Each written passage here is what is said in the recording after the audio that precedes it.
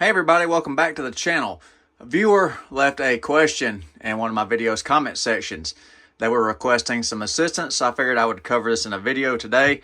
Their question was they were shopping for 48 volt batteries for their 48 volt system, and they were seeing listings for 48 volt lithium iron phosphate and 51.2 volt lithium iron phosphate. What is the difference, and will they work with their system? So I'm going to briefly cover that today and hopefully help answer the viewer's question. All right, to help answer viewer's question, first, I want to just reiterate, lithium iron phosphate batteries are 3.2 volts per cell, and 48 volt inverters, generally speaking, some values are different, but generally 48 volt inverters will work anywhere from 40 to 60 volts. So when you're shopping for lithium iron phosphate batteries, you will see 48 volt nominal voltage batteries and 51.2 nominal volt batteries.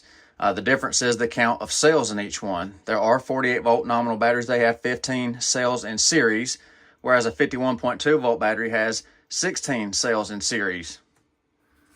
So if we take 15 cells in series, we multiply the voltages, of the cells in series, end up with 48 volts, whereas a 16S, we end up at 51.2 volts.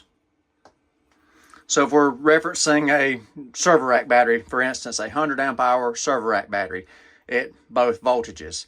All right, so we're looking at a 48 volt one, we will be at 4,800 watt hours, 4.8 kilowatts. If we're looking at a 51.2 volt battery, 100 amp hour version, it'll be 5,120 watt hours or 5.12 kilowatt hours.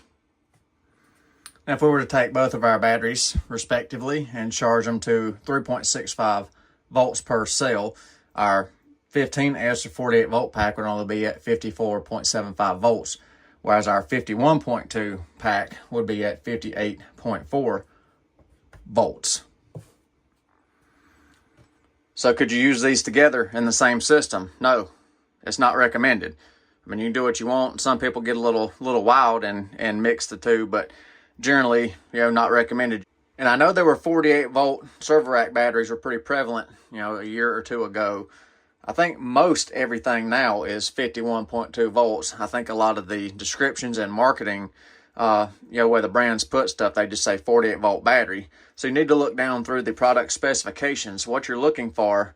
I would recommend going with 51.2 volt because this is pretty much the industry standard, very common. These are less and less common, but I did find some for sale that were truly 48 volt, a 15S pack. So, and the prices aren't that much different. So, if you were to buy and go set up your system this way, not much of a price difference. Look how much less energy you're getting right here versus right here.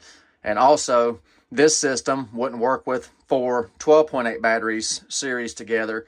This system, if you're going to do, 4x12, that's the system you want to go with right there. Like I said, there's still some of this out here.